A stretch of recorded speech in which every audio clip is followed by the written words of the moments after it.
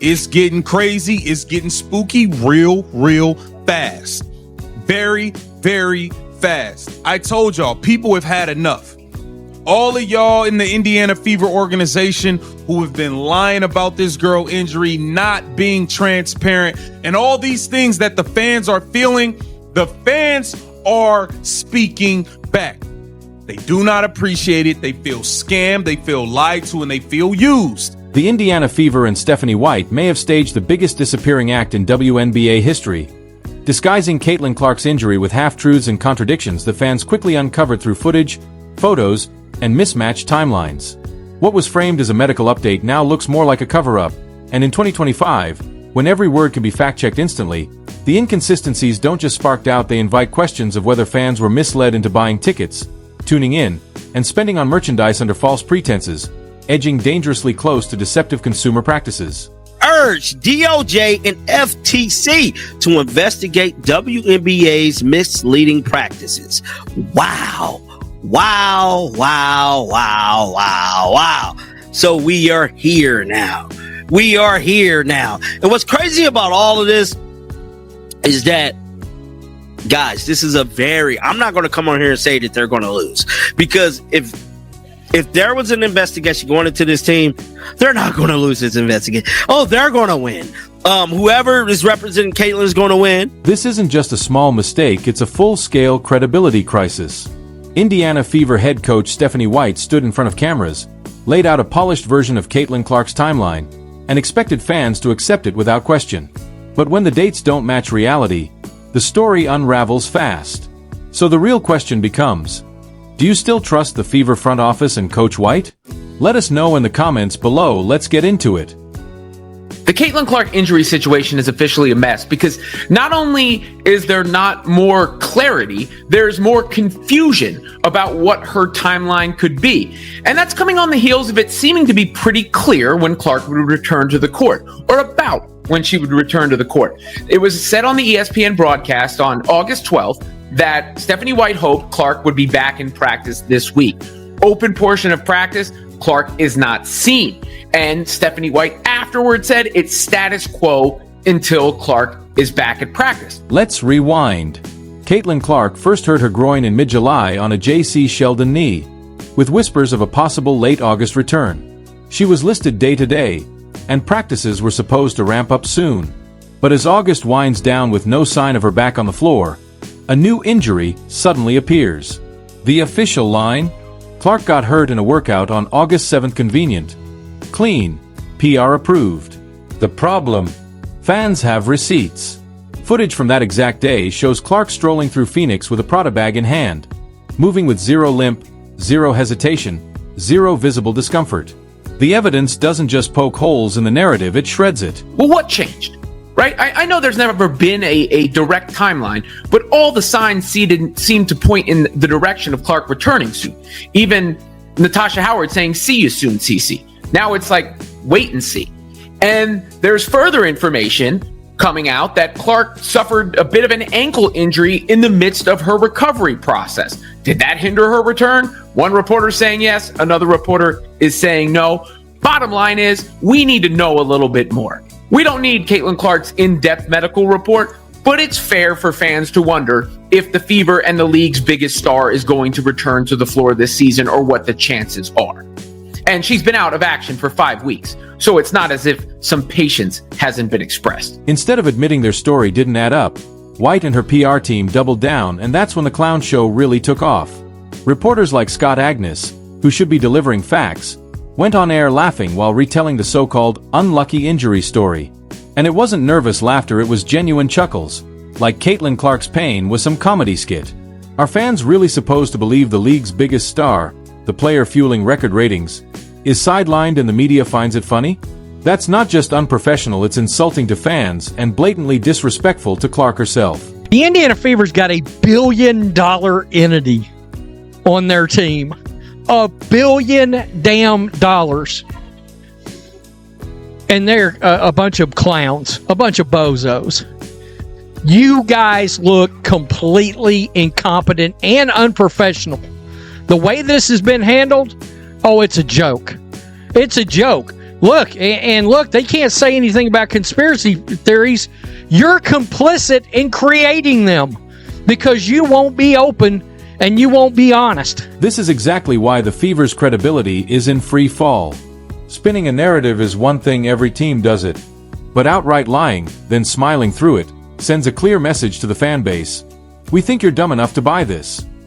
News flash fans aren't dumb. Social media receipts don't disappear, and people are connecting the dots in real time. You got this video right here that a lot of you have already seen. I just saw it in the last couple of days of Caitlin getting stepped on by a coach right there on the left. Stepped on by the coach, and I think she's going to be all right based upon the grin on her face. But the left foot, the one that's got the issue, she got stepped on.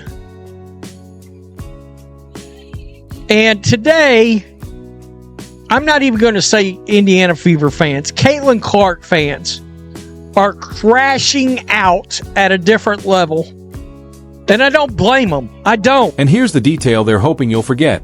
That infamous moment when assistant coach Bon January literally stepped on Caitlin Clark's foot during a game. That didn't vanish, it just got buried beneath the convenient workout injury story.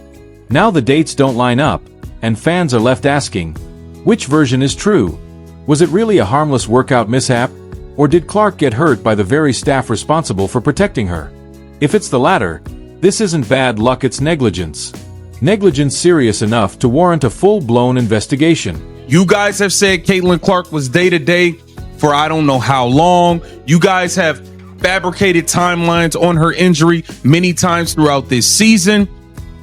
And the people have just flat out had enough.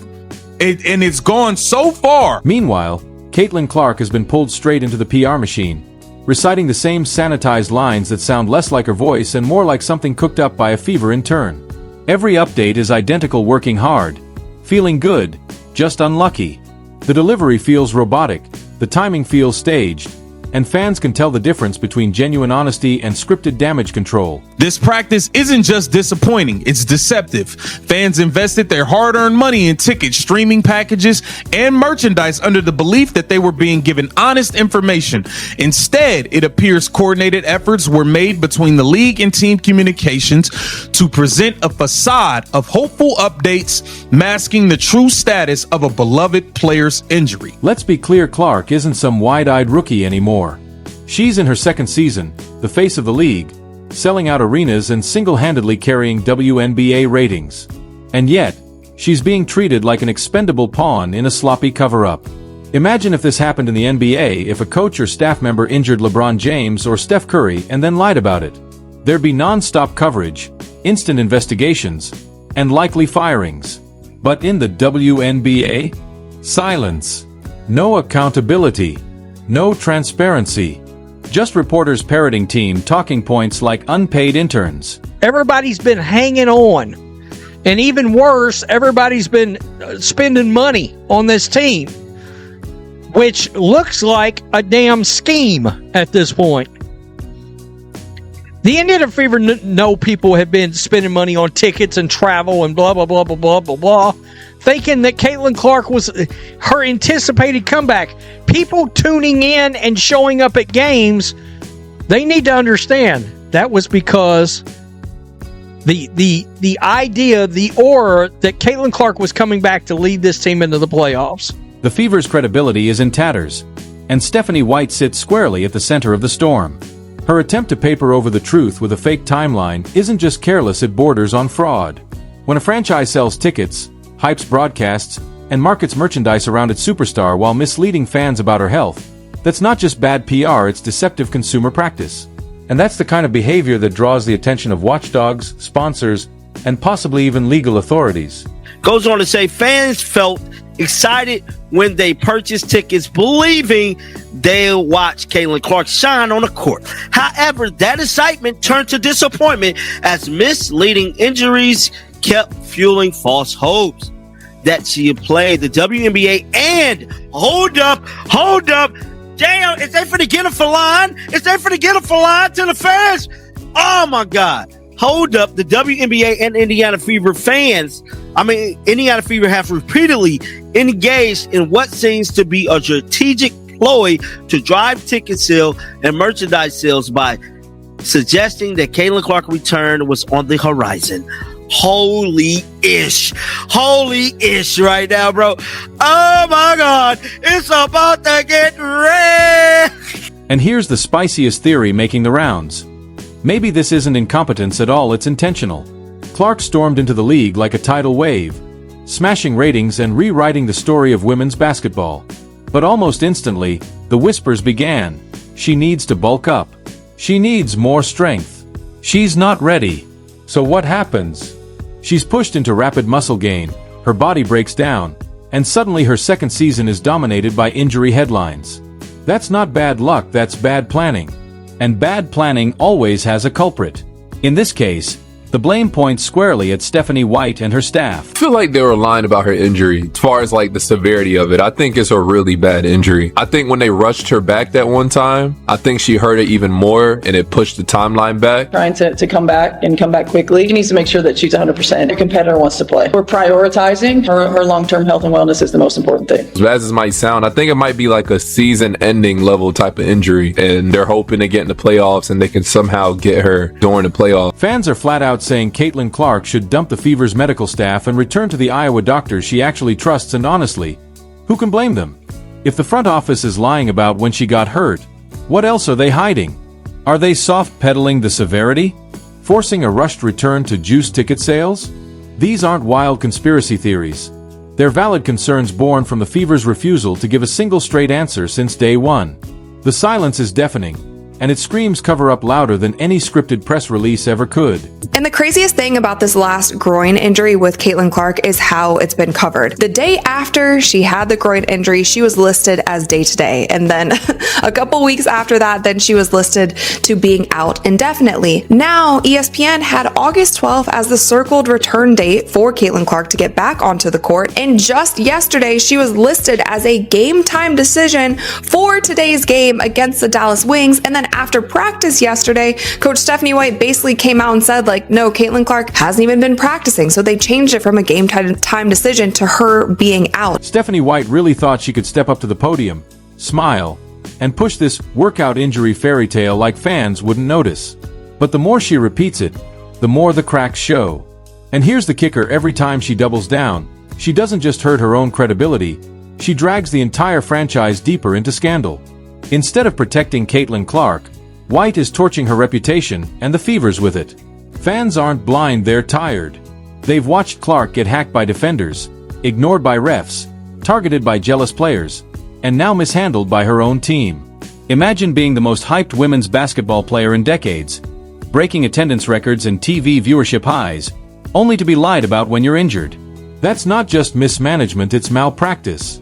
It's how you ruin a superstar before she even reaches her